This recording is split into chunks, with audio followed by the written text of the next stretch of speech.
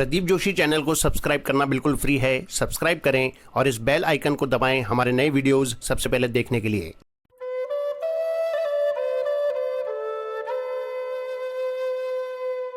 स्वामी रामसुखदास जी महाराज को शत शत नमन।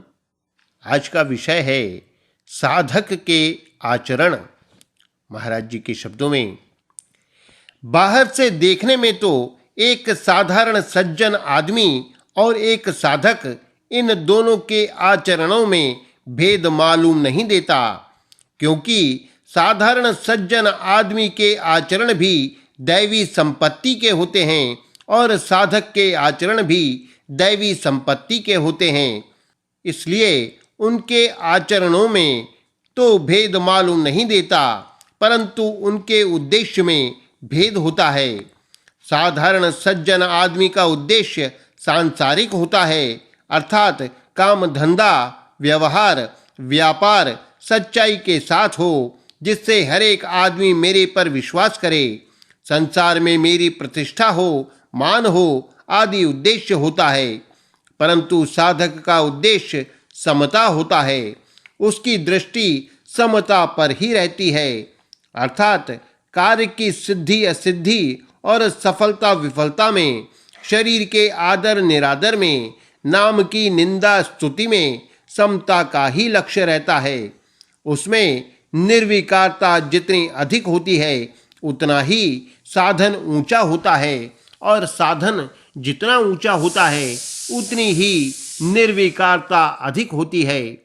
इसमें तीन बातें हैं। पहली, उसमें विकार कम होंगे। दूसरी, विकार होंगे तो उनका वेग कम होगा। और तीसरी, वेग होगा तो भी वे ठहरेंगे नहीं, अर्थात थोड़ी देर में शांत हो जाएंगे। उनमें यह अंतर क्रमशः पड़ता ही रहेगा।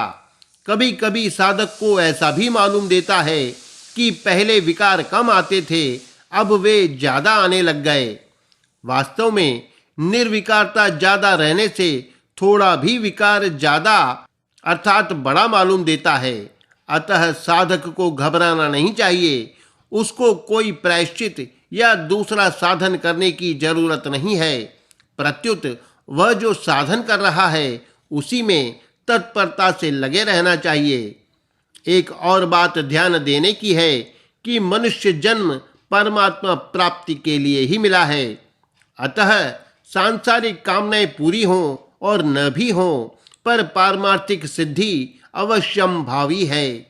पारमार्थिक मार्ग में निराशा के लिए कोई स्थान नहीं है। गीता में आया है, मुक्त संगो नहंवादी धृत्युत्साह समन्वितः सिद्ध्य सिद्ध्योर निर्विकारः कर्ता सात्विक उच्यते। जो कर्ता राग रहित अनहंवादी धैर्य और उत्साह युक्त तथा सिद्धि और असिद्धि में निर्विकार है, वह सात्विक कहा जाता है। इस श्लोक के अनुसार साधक को निश्चिंत होकर अपने साधन में लगे रहना चाहिए। फिर साधक का साधन ही आगे साधन बताने वाला हो जाएगा। उसका विवेक ही मार्गदर्शक बन जाएगा। व्यवहार में भी ऐसी घटनाएं घटेंगी जो उसको सावधान करेंगी।